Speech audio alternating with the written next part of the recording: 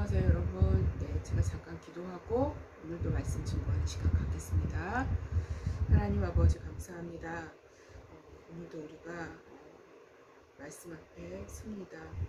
주님 우리의 마음을 준비시켜 주시고 하나님 우리의 마음이 하나님의 말씀의 씨앗이 잘 떨어져서 잘 열매 맺을 수 있는 하나님 그런 옥토밭으로 준비시켜 주시기를 원합니다. 하나님 주님은 우리에게 이미 은혜를 베푸셨습니다. 이미 호의를 베풀고 계시는 분이십니다. 하나님 우리의 삶 가운데 하나님께서 호의를 베푸실 때 하나님 우리가 그 하나님의 호의를 볼 수 있는 눈, 하나님의 호의를 깨달아 알 수 있는 눈을 허락하여 주시기 원합니다. 하나님 그래서 우리의 삶 가운데 일어나는 모든 일들 가운데 하나님의 은혜를 우리가 깨달아 알아갈 수 있는 그런 우리 모두가 될 수 있도록 주님 우리의 눈과 우리의 마음을 새롭게 하여 주시기를 원합니다. 하나님 그래서 하나님 모세와 같이 이 모든 것들을 하나님의 일들을 또 하나님께서 기뻐하시는 모든 것들을 하나님 우리가 받아 누리며 뿐만 아니라 하나님을 기쁘시게 해드릴 수 있는 우리 모두가 될 수 있도록 주님 역사하여 주시옵소서. 감사하며 예수님의 이름으로 기도했습니다. 아멘. 오늘도 믿음에 대한 이야기입니다, 여러분. 지금까지 아주 많은 분량으로 우리가 믿음에 대해서 지금 말씀을 듣고 있죠. 그래서 오늘도 성경적 믿음의 사례 12번째 시간을 벌써 갖게 됐습니다. 그래서 오늘은 성경적 믿음의 사례 12번째 시간으로 모세에 관련된 이야기를 성경 본문으로 잡았죠. 그래서 히브리서 11장 23절 한 절입니다. 성경을 펴보시고 제가 한번 읽어보겠습니다. 히브리서 11장 23절입니다. 믿음으로 모세가 났을 때 그의 부모가 아름다운 아이임을 보고 석 달 동안 숨겨 왕의 명령을 무서워하지 아니하였으며 라고 기록을 하고 있습니다. 여러분 기억을 하시나요? 제가 몇 주 전에 설교를 하면서 말씀드렸었던 예화 중에 예화가 생각이 나시나요? 2차 세계대전 때 그 미 항공모함에서 뛰어내린 한 수병에 관한 이야기를 한번 해드렸을 거예요. 근데 이와 비슷하게 전쟁 때 자식을 전쟁터로 보내면서 부모님들의 그 자녀를 위해서 기도하는 그런 상황 가운데 벌어진 많은 놀라운 간증들이 굉장히 많이 있죠. 그래서 오늘도 그 간증, 누군가의 그 간증을 전해드리고자 합니다. 오늘은 미국이 아니라 바로 한국전에서 있었던 한국 6.25 때 있었던 일을 전해드릴까 합니다. 6.25 때를 이었습니다. 신앙심이 깊은 어느 부모님이 이제 아들을 최전선으로 보내기 위해서 당부의 말을 마지막으로 했어요. 내가 다시 돌아올 때까지 우리는 매일 새벽 5시에 일어나서 너를 위해서 기도하겠다. 어느 곳에 있든지 새벽 5시가 되면 우리가 너를 위해서 기도하고 있다는 사실을 기억해라 라고 부모님께서는 말씀하셨어요. 이게 이제 마지막 전쟁터로 가기 직전에 아들에게 전달해준 말이었습니다.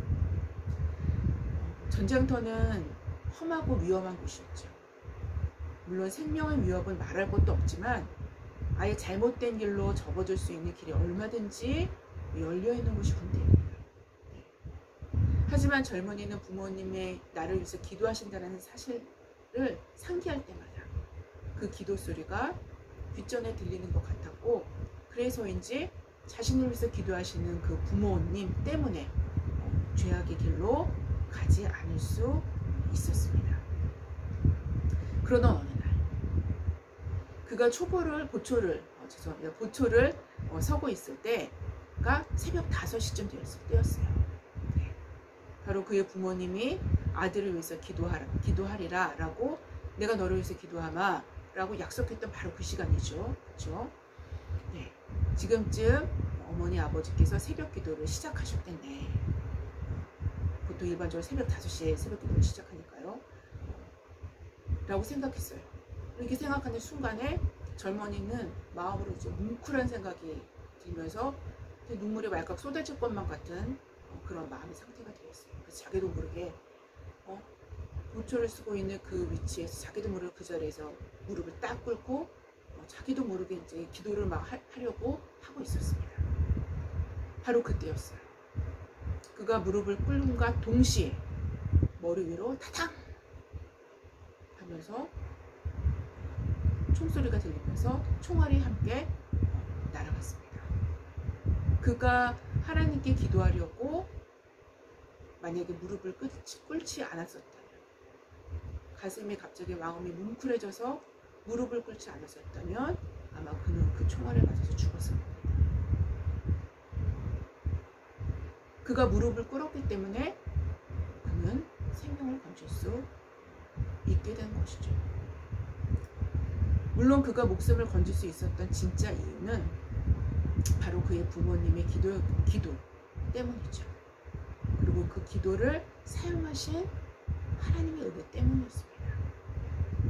즉 믿음은 자기 자신을 구원할 뿐만 아니라 또한 그 믿음이 발휘됨으로 그의 자녀들도 그의 가정도 구원할 수 있게 되는 것입니다. 더 나아가 존 녹스처럼 그 기도가 한 민족을 구원할 수도 있는 것입니다. 이런 기도는 다 우리의 현실적인 역사 가운데서 입증이 된 거 아닙니까? 아마 아들은 전쟁터라는 급박하고 위급한 상황에서 부모님이 믿는 그 하나님을 경험하게 되었고, 그 경험은 아들의 믿음의 토대가 되었을 것입니다. 죽음의 상황 가운데서 경험한 하나님에 대한 그 경험은 사실상 인간에게 아주 굉장한 깊이로 뿌리박히게 됩니다. 왜냐하면 인간은 죽음과 위험에 직면했을 때 자신의 연약함이 숨김없이 자기 자신에게 노출이 되죠. 누구보다도 자기 자신에게 노출이 됩니다. 자기의 연약함이. 그래서 하나님께서 바로 그때 그 인간을 만나실 수 있게 되는 그 공간이, 그 스테이지가 만들어지게 되는 것입니다. 그 내면 안에 하나님께서 인간 안에 깊숙이 들어오실 수 있는 내적 여건이 만들어지기 때문이죠. 바로 이런 이유에서 하나님은 절박한 죽음의 상황을 허락하셔서 하나님을 깊이 경험하고 알아가게도 하십니다. 하나님에 대한 깊은 인식과 경험이 반드시 필요한 사명을 갖고 있는 자들에게는 필수 과정이라고 말씀드릴 수도 있어요. 네. 여러 가지 각양 다른 형태의 어려움을 맞이할 수 있게 됩니다. 루즈벨트 대통령은 4명의 아들이 있었는데요. 그는 자녀들을 강인하게 교육해야 한다는 생각을 가지고 있었고, 그 본인이 그랬죠.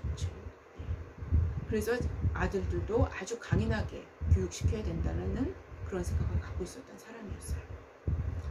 그래서 군 입대를 하는 것이 아들들을 강인하게 키워줄 수 있는 어떤 장이 된다고 여겼던 사람이었어요. 그런데 이런 루즈벨트 대통령도 4번째 아들까지 군대를 가겠다고 나서게 되었을 때, 결심했을 때 그는 내심 좀 두려워했습니다. 아내에게 불만을 토로합니다. 이놈들이 모두 군대를 보낼 수 없어, 이놈들 라고 말하자 그 아내는 이렇게 답했다고 합니다. 아주 유명한 답이죠. 그 아이들이 독수리처럼 되길 원한다고 하면서 참새 교육을 시켜야 되겠어요? 라고 말했다고 합니다. 여러분, 그러면 하나님은 어떤 분이실까요? 하나님은 어떻게 그 자녀들을 교육하시는 분이실까요? 하나님은 자신의 자녀를 독수리처럼 키우시는 분이십니다. 절대로 연약하게 키우시지 않죠. 그러나 자녀 자신들은 되려 참새 교육을 원할 때가 대부분입니다. 또 자녀들은 참새 교육을 원하면서도 독수리의 날개에 힘을 갖게 되길 원해요. 일반적으로 이렇게 상상을 합니다. 하지만 이거는 상상에 불과해요. 하나님은 절대 그렇게 하시는 분이 아니십니다. 하나님은 절대로 참새 교육을 통해서 독수리 날개에 힘을 얻게 하시는 분이 아니다라는 소리입니다. 하나님은 독수리 교육을 통해서 독수리를 배출하시는 분이시며 이것이 주님의 공의로움의 한 단면이 됩니다. 한 일면이 되기 때문이죠. 하나님은 애초부터 모세라는 사람을 이렇게 선택하시기로 결정하신 것입니다.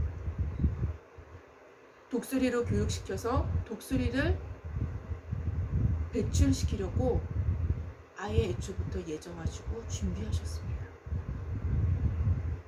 그가 출생할 때 일어났던 사건은 이스라엘 백성들이 너무도 생육하고 번성하고 점점 강성해졌기 때문에 그거를 두려워한 나머지 바로가 일으킨 사건이었죠. 그렇죠?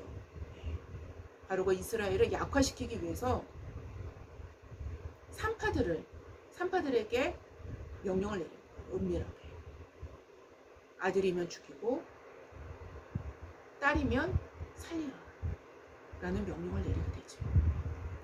즉 모세의 출생 때부터 바로의 명령에 의해서 전략적으로 히브리인 남아사례가 일어나게 된 것입니다. 이 당시에 바로는 곧 신으로 인식되었기 때문에 그의 명령의 불복종은 곧 죽음을 의미하기도 했기 때문이죠. 다행히 하나님을 경외하는 산파들로 인하여 간신히 출생할 때는 죽음을 면할 수 있었지만 오래도록 생명을 유지하기는 굉장히 어려웠겠죠. 그렇죠? 이미 명령이 떨어진 상태였기 때문에 더 이상 오랫동안 아들의 출생을 숨길 수 없는 일이었죠. 아들의 출생을. 그래서 3개월간 왕의 명령에 복종하지 않고 그를 살려두다가 한 가지 일을 생각하게 됩니다. 출생 직후부터 죽음에 직면하게 된 성경 인물을 우리는 이제 다시 한번 살펴본다면 구약의 모세와 신약에는 예수님 시대, 바로 딱 이 두 시대 때 이러한 유아살해의 사건이 일어나게 됩니다. 네. 모세 때에도 유아살해가 실행되었고 예수님이 출생할 때에도 유아살해가 실행이 되었습니다. 이거는 굉장히 영적인 굉장히 깊은 의미가 있습니다. 하나님의 아주 큰 인물들이 태어나기 전에는 이렇게 사탄이 먼저 아는 것입니다. 그래서 이런 사건들을 일으키기도 하죠. 여하튼 국가적인 차원에서 왕들에 의해서 유아살해 명령이 내려지게 됩니다. 이때 모세의 부모는 그들의 믿음을 테스트받게 되죠. 아들을 살리려다가 당국에 걸리게 되면 아들뿐만 아니라 부모 역시 왕의 명령을 거역했기 때문에 목숨을 부지할 수 없게 되겠죠. 이 당시 이스라엘 민족은 노예 민족의 백성으로 지배 민족의 왕의 명령을 거역한다는 것은 곧 용서받을 수 없는 죄가 되겠죠. 그 죽음 자체를 의미했습니다. 바로 오늘 본문의 첫머리에서 또다시 반복적으로 기록되어지는 믿음으로는 사실상 모세의 믿음이라기보다는 모세의 부모님의 믿음이었다고 볼 수 있습니다. 그렇게 확인할 수 있겠죠. 모세의 믿음 전에 그 부모의 믿음이 선행되어졌다는 사실을 우리는 성경을 통해서 확인할 수 있습니다. 믿음으로 모세가 낳았을 때 그의 부모가 아름다운 아이임을 보고 석 달을 숨겼다고 하죠. 석 달을 숨겨 왕의 명령을 무서워하지 아니하였으며 라고 기록합니다. 왕의 명령을 무서워하지 아니하고 믿음의 행위를 한 사람들은 누구였어요? 모세가 아니라 모세의 부모였다는 거죠. 바로 독수리를 교육시키고자 하는 하나님의 뜻은 그를 잉태했던 부모의 믿음부터 그 시작점, 그 출발점이 되는 것입니다. 만약 모세의 부모가 믿음으로 반응하지 못했다면 어떻게 됐을까요? 모세는 출생 바로 직후에 얼마 되지 않아서 죽음을 당했을 것입니다. 그리고 하나님의 뜻은 더 후세대로 지체되었을지 모를 일입니다.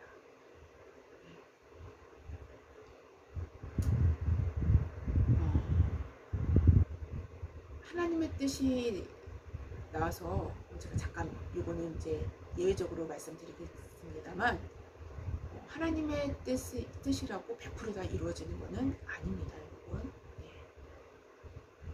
하나님의 뜻이 100% 다 이루어지지 않기 때문에 예수님께서도 주기도문을 통해서 말씀하신 거예요. 그래서 하늘의 뜻이 이 땅에서도 이루어지게 해달라고 예수님께서 기도하라고 우리에게 명령하신 거예요. 이렇게 기도를 해야 이루어질 수 있다는 것을 기도로 가르쳐 주시는 것이기 때문이죠. 그래서 하나님의 뜻이 이 땅에 이루어질 수 있도록 기도하는 것이 바로 그리스도인의 임무이기도 합니다. 시편에도 그게 나오죠. 이 땅은 하나님께서 사람들에게 주신 것이에요. 그렇기 때문에 하나님의 뜻이 사람의 악행으로 말미암아서 이루어지지 않을 가능성도 있다는 것입니다. 그래서 우리가 기도할 때 하나님의 뜻이 온전히 이루어지는 것입니다. 그러나 하나님은 당신의 뜻을 이루시기 위해서 먼저 믿음을 보내십니다. 당신의 뜻을 이루시기 위해서 하나님께서 반드시 당신의 뜻을 이루시려고 작정하신 그 뜻은 하나님의 전체 100%의 뜻은 다 이루어지기보다는 하나님이 진짜로 이루시고자 하시는 하나님의 뜻은 믿음을 통해서 발휘가 됩니다. 이런 의미에서도 믿음은 하나님의 선물입니다. 그래서 믿음을 먼저 보내시고 주님의 뜻을 이루시기도 합니다. 따라서 믿음이 있다라는 것은 곧 주님의 뜻을 하나님께서 완전히 이루시겠다라는 하나님의 의지의 표명이기도 합니다. 그래서 믿음이 중요해요. 즉 하나님은 모세의 부모에게 믿음을 먼저 보내셨고 그 믿음으로 주님의 뜻을 이루게 하신 것입니다. 그러나 또한 또 다른 의미에서는 믿음이 보내졌기에 모세의 부모 역시 모세로 인하여 죽음에 직면하게 된 것입니다. 믿음 때문에 죽음에 직면하게 됐다는 소리예요. 믿음 때문에. 믿음이 보내진 후엔 반드시 믿음을 테스트하는 시험 역시 함께 동반되기 때문입니다. 그 믿음의 크기만큼 말입니다. 다시 말하지만 믿음이 온 후에 모세의 부모 역시 죽음에 직면하게 됩니다. 그러나 믿음으로 그들 자신뿐만 아니라 아들 모세까지 구원을 입게 됩니다. 오늘 본문을 살펴보면 모세의 부모가 자신들도 역시 죽을 수도 있는 상황을 만들면서까지 왕의 명령을 무서워하지 않는 이유를 아주 간단하게 밝히고 있는 내용입니다. 그의 부모가 아름다운 아이임을 보고 간단한 이유를 밝혔어요. 오늘 본문을 보면. 네. 이 말씀에 대한 좀 더 부연 설명은 성경에서 사도행전 7장의 스데반의 설교가 쭉 길게, 굉장히 길게 나오죠. 그렇죠? 네. 순교하기 바로 직전에 그 사도행전 7장에 스데반의 설교를 보면은 우리가 확인을 할 수가 있습니다. 네. 그때 모세가 났는데 하나님 보시기에 아름다운지라 그의 아버지의 집에서 석 달 동안 길리더니라고 기록하고 있습니다. 즉 하나님 보시기에 아름다운 아이였음을 스데반은 밝힙니다. 바로 육의 눈으로 잘생기거나 아름답게 생긴 외모를 갖고 있다는 의미가 아니라 하나님의 시각으로, 하나님의 눈으로 보았을 때 아름다운 아이임을 표현한 것입니다. 네. 다윗을 선택할 때도 이러한 뉘앙스로 성경은 기록하고 있어요. 네. 특별히 본문에서 쓰인 아름다운은 히브리어 토부. 네. 토부는 좋다라는 의미예요. 사실상 좋다라는 의미인데 여기서는 호의를 입은, 하나님의 호의를 입은 자라는 의미로 쓰였습니다. 모세의 부모가 하나님께서 이 아이에게 어떠한 계획을 갖고 계시고 어떻게 사용하실지를 구체적으로 알지는 못했지만 하나님의 특별한 섭리와 계획하심이 있는 아이임을 그들은 분명히 그냥 알게 된 거예요. 하나님이 알게 하신 거예요. 그냥 알아진 겁니다. 하나님의 호의를 입은 자라고 표현한다면 상당히 낯설 수도 있어요. 하나님의 호의를 입은 자. 근데 우리는 정확하게 이 하나님께 호의를 입은 자를 아주 쉽게 표현할 수 있어요. 하나님께 은혜를 입은 자라고 정확하게 표현이 가능합니다. 여러분은 하나님의 은혜를 입은 자라는 것을 어떻게 생각하고 알고 계시나요? 하나님께 은혜를 입은 자. 모든 것이 잘 갖춰지고 부족함이 없고 좋은 것을 누리고 사는 것을 하나님의 은혜라고 생각하시나요? 물론 그것도 하나님의 은혜입니다. 당연히 하나님의 은혜죠. 네. 그러나 그것만이 하나님의 은혜는 아닙니다.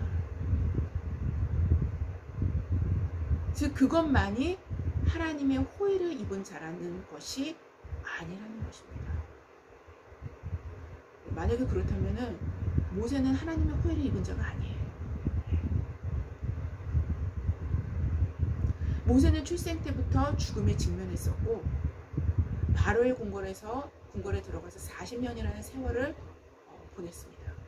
여러 번 생각할 때 궁궐에서 40년 와 엄청 좋네 라고 단순하게 생각할 수도 있겠지만 네, 여러분 좀 더 현실적으로 우리는 생각해 볼 필요가 있어요.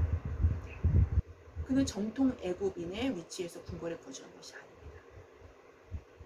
네. 애초에 바로의 딸이 나일강에서 건져낼 때부터 그가 히브리인이라는 사실을 공주가 알았어요. 네. 뭔가 이렇게 덮개 이불이나 뭐 이런 걸 통해서 히브리인들만이 사용할 수 있는 그런 직조가 짜여진 그런 이불로 아이가 이렇게 덮여져 있거나 그런 것 때문에 히브리인 아이라는 걸로 금방 알 수 있었어요. 그 공주는. 그래서 나일강에서 건져낼 때부터 히브리인 아이임을 보고 알았어요.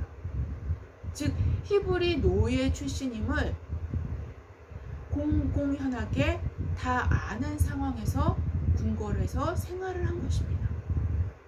여러분 모세를 건져냈을 때 공주만 봤었겠어요? 공주만 알았겠어요? 그 주변에 신하들이 얼마나 많았겠어요? 소문은 일파만파로 다 터지게 돼 있지 않습니까?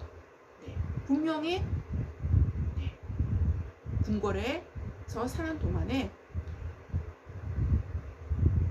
히브리 노예 출신이라는 사실들을 공공연하게 다 알고 있었을 것입니다. 여러분, 그렇다면 궁궐에서 생활했던 40년이 어땠을 것 같습니까? 여러분, 어땠을 것 같아요?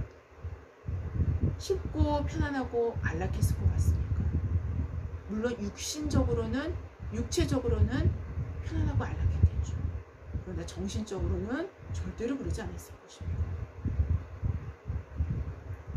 원래 동서고금을 막론하고 궁궐이라는 곳의 특성은 권력이 집중되는 곳입니다. 애굽의 최고의 권력이 집중되는 곳이에요. 인간의 권력욕이 불태워지는 곳이며, 그렇기 때문에 인간의 모든 권모술수가 판치는 곳이 바로 궁궐이에요. 여기서 그는 노예 민족의 출신으로서 바로의 딸의 양아들로 입양되어 양아들 노릇을 하며 성장한 것입니다. 40년 동안. 네, 절대로 쉽지 않았을 것입니다. 그는 자신이 젖동량하러 궁궐에 드나들었던, 모세의 젖동량하러 궁궐에 드나들었던 히브리 노예의 친아들이었음을 어느 정도 자라나면서 알게 되었을 거예요. 모세는 정체성의 혼란을 경험했을 것이고, 문화적 충돌과 민족적인 충돌을 자신의 내부적으로 경험했을 거예요. 분명한 것은 모세의 40년 동안의 왕자로서의 생활은 쉽지 않았다는 것입니다. 쉽지 않았을 것입니다. 물론 외부적으로는 당연히 왕자였기 때문에 외부적으로는 나름대로 힘을 누렸겠죠. 하지만 내부적으로는 쉽지 않았습니다. 그런 후 미디안 땅으로 도피해서 미디안 광야에서 40년이라는 세월을 보내게 됩니다. 그야말로 광야의 삶이었고, 이전 40년과는 또 다른 연단의 시기로 들어서게 된 것입니다. 아마도 실패한 인생처럼 스스로를 생각하게끔 하는 암울한 40년이었을 것입니다.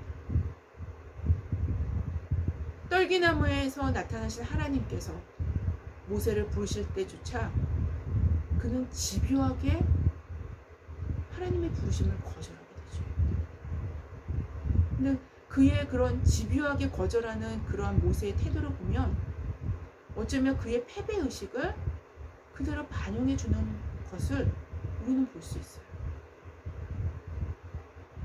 이렇게 깊은 연단의 시간으로 80년의 삶을 살아가게 됩니다.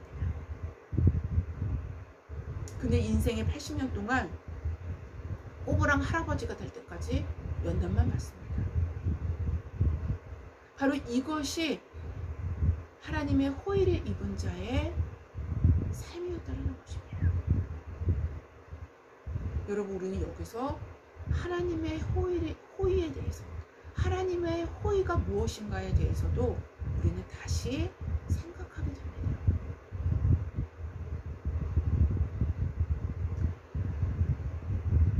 하나님의 호의를 내 수준에서 이해한다면 하나님의 호의와 은혜를 축소하는 결과를 갖습니다.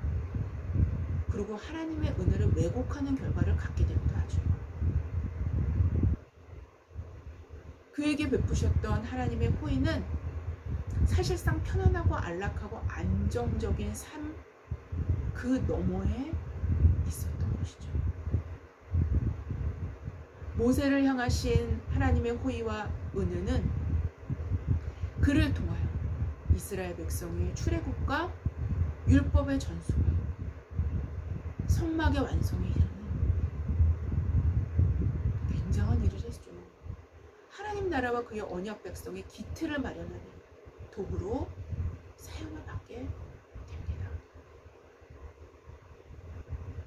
우리를 향하신 하나님의 호의, 그리고 은혜는 우리가 절대로 호의라고 생각할 수 없는 그곳에서도 존재하며, 우리가 더 이상 은혜가 아니다라고 생각하는 그곳에서도 온전히 그리고 완전히 존재합니다.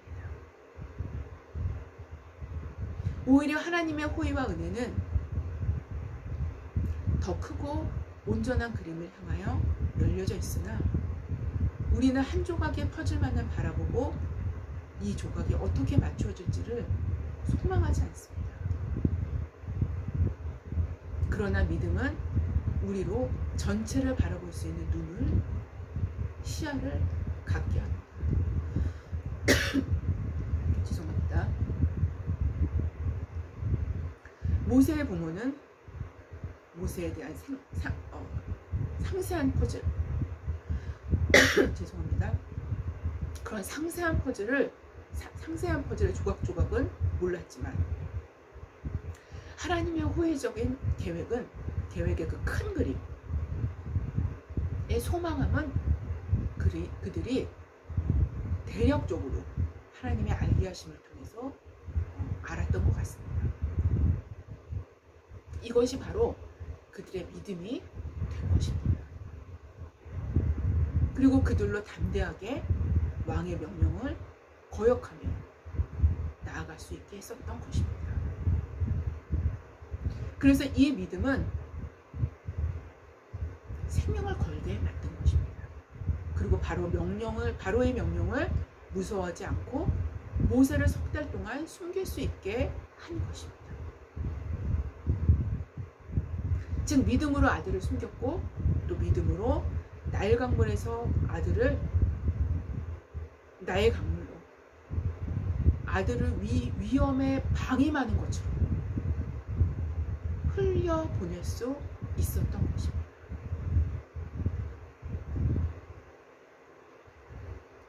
모세의 부모가 모세를 나일강가에 흘려보내기 위해 넣은 갈대 상자는 노아의 방주에서 쓰였던 그 단어와 동일한 단어인 테바가 사용이 됩니다. 네. 즉 노아 식구가 물에서 구원을 받은 것처럼 모세 역시 그 부모의 믿음으로 태워보낸 작은 갈대 상자가 그의 구원의 방주가 되었던 것입니다. 믿음은 우리로 생명을 거는 죽음에 직면하게 만들기도 하고, 믿음이 없었으면 죽음에 직면할 필요도 없죠. 네. 믿음은 우리로 죽음에 직면하게 합니다. 그리고 죽게 합니다. 또 믿음은 우리로 나의 가장 소중한 것을 위험에 방임하듯 흘려보내게 만들기도 합니다. 오직 하나님을 믿는 그 믿음이 하나님의 뜻을 이루고 역사 가운데 하나님의 길을 내는 실제적인 방안이 되어진다는 것입니다. 그것이 믿음입니다. 하나님의 실제적인 방안은 믿음이라는 형태를 통해서 보내지게 됩니다. 항상 그렇습니다. 그러나 우리에게 베푸시는 하나님의 호의를 편파적으로 하나님의 호의를 편파적으로 혹은 편식함으로 받아들일 때 우리는 스스로를 참새 교육에 내어 맡기게 되는 셈이 되어지는 것입니다. 하나님의 호의는 독수리 교육으로 그 직가가 사실상은 발휘가 됩니다. 왜냐하면 하나님의 큰 호의와 큰 은혜는 독수리 교육의 형태로 주어지기 때문이기도 합니다. 하나님의 큰 호의와 하나님의 큰 은혜는 여러분 성경을 더 정확하게 확인해 보십시오. 항상 독수리 형태의 교육으로 옵니다. 여러분 제가 아주 오래전에도 한번 설교를 해드린 적이 있는데요. 기억하시나요? 독수리의 교육법. 독수리의 자녀 훈련법을 전에도 한번 제가 설교를 한 적이 있습니다. 이 독수리는요, 어린 새끼를 교육시킬 때 남다르게 훈련시키는 새로 아주 정평이 나 있는 새가 이 독수리죠. 네, 독수리입니다. 굉장히 높은 하늘까지 새끼를 업고 올라가서 하늘 위에, 그러니까 구름 위죠. 구름 위까지 올라갑니다. 독수리는. 네, 구름 위에서 떨어뜨립니다. 자기 새끼. 그러면 그 새끼 독수리는 아직 어려서 날개에 힘이 당연히 없죠. 네, 나는 방법을 깨우치지 못했어요. 네. 그래서 어떻게 돼요? 부모가 어미가 구름 위까지 올라가서 독수리 새끼를 떨어뜨리면 끝없이 추락을 하게 되죠. 땅으로. 끝없이 추락을 합니다. 그때 어미 독수리는 그것을 계속 지켜보고 있다가 새끼 독수리가 바위나 땅에 부딪혀서 몸이 완전히 박살나기 바로 직전에 탁 채갑니다. 네. 딱 채가서 자신의 등에 업고 다시 하늘 위로 헐 올라갑니다.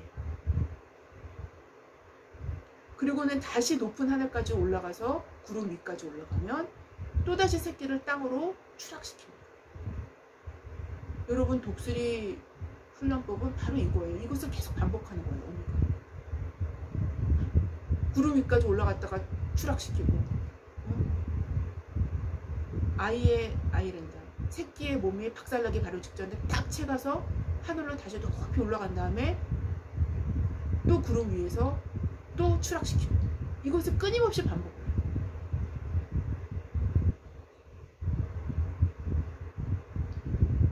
이렇게 반복을 하면서 새끼의 날개엔 서서히 힘이 생기기 시작을 합니다.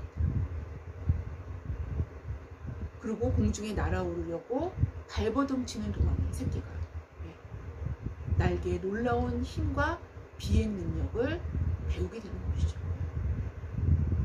바로 이런 훈련을 통해서 하늘을 나는 새들 중에서 왕 중의 왕이라고 불릴 수 있는 독수리가 탄생하게 되는 것입니다. 여러분, 근데요, 이런 엄청난 훈련을 받는 새끼 독수리의 입장에서 생각해 봅시다. 새끼 독수리의 입장에서. 여러분, 지옥이 다른 게 아니죠. 그렇죠? 네. 기절하기 바로 직전까지 옵니다. 이 새끼 독수리. 그 어린 것이 당해야 할 어려움은 이로 말할 수가 없는 것입니다. 그러나 이런 훈련을 통과했을 때 가장 높은 곳을 날아오를 수 있는 강력한 날개를 그제서야 부여받게 되는 것입니다. 하나님은 이스라엘 백성을 이렇게 훈련하셨다고 친히 말씀하셨습니다. 그리고 모세 자신을 하나님은 이렇게 훈련시키셨습니다. 이렇게 준비시켜 오신 거예요. 이것이 바로 하나님의 호의였습니다. 이것이 바로 하나님의 은혜였습니다. 하나님의 호의를 입지 아니하고 하나님의 은혜를 입지 않으면 하나님은 내버려 두셔요. 그냥 네 맘대로 살아 그냥 내버려 두십니다. 그것이 하나님의 호의를 입지 않은 것이고 그것이 하나님의 은혜를 입지 않은 것입니다. 그러나 하나님의 은혜는 그리고 이 하나님의 아주 큰 호의와 하나님의 아주 큰 은혜는 이런 형태로 오게 된다라는 것을 누가 말씀하셔요? 말씀이 말씀하시는 것입니다. 성경이 말씀하시는 거예요.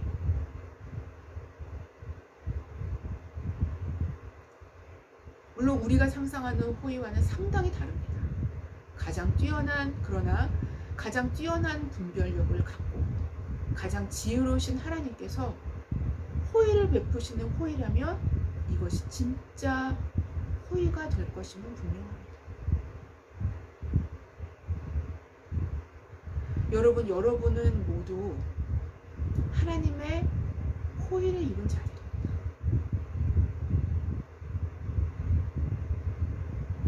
다시 말씀드린다면 하나님의 은혜를 입은 자들이라는 의미입니다.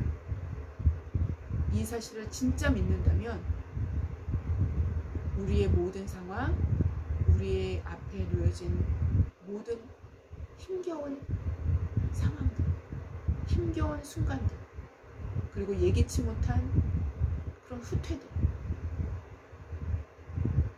달갑지 않은 그런 사건들 등 진짜 모든 상황에 참된 의미를 그냥 알게 되는 거예요. 알게 되는 것과 진배 없습니다.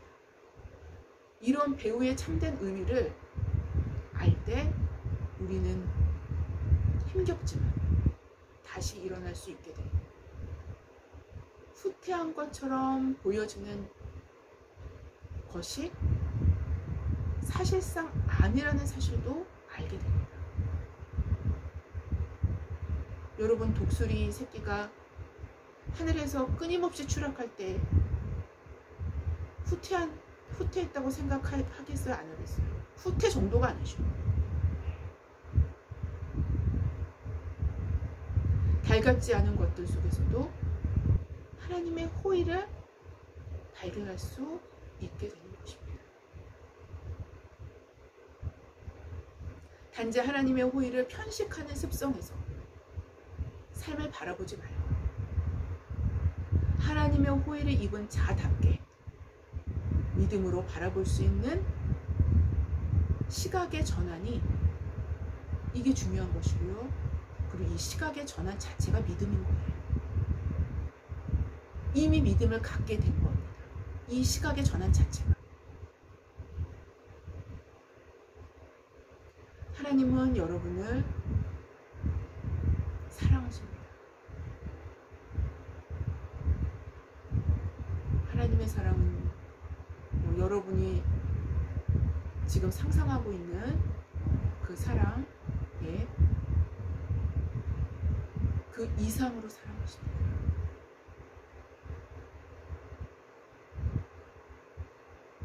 그러나 여러분의 방식으로만 사랑하시는 분은 아니셔요. 하나님은요, 창조주셔요. 하나님의 방식으로 사랑하셔요. 왜? 그게 진리니까.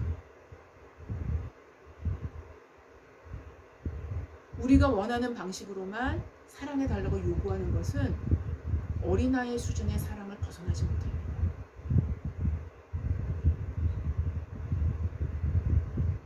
만약 하나님께서 우리가 잘 못 알아듣는 하나님의 방식으로 사랑을 표현하실 때 우리가 모르는 더 깊은 호의가 숨겨져 있다는 사실을 여러분 확신해도 좋습니다.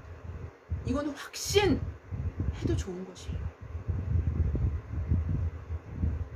아무쪼록 주의 호의를 알아볼 수 있는 믿음의 눈을 갖는 저와 여러분이 되시기를 주님의 이름으로 기도합니다. 제가 기도하고 마치겠습니다.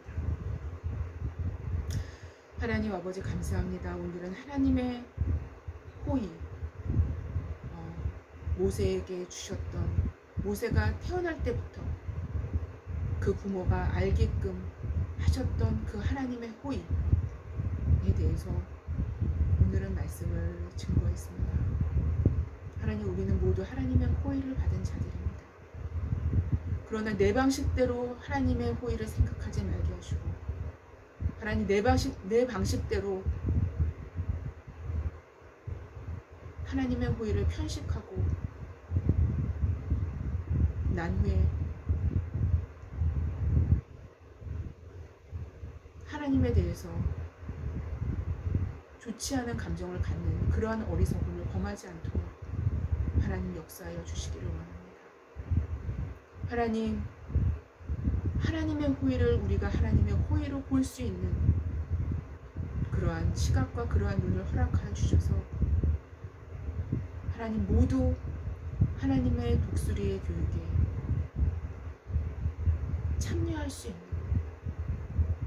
그래서 독수리로 키우시기를 원하시는 그 하나님의 속 깊은 그 뜻을 우리가 성취시켜 드릴 수 있는 그런 우리 모두가 될 수 있도록 주님 역사하여 주시옵소서. 감사하며 예수님의 이름으로 기도했습니다. 아멘. 감사합니다.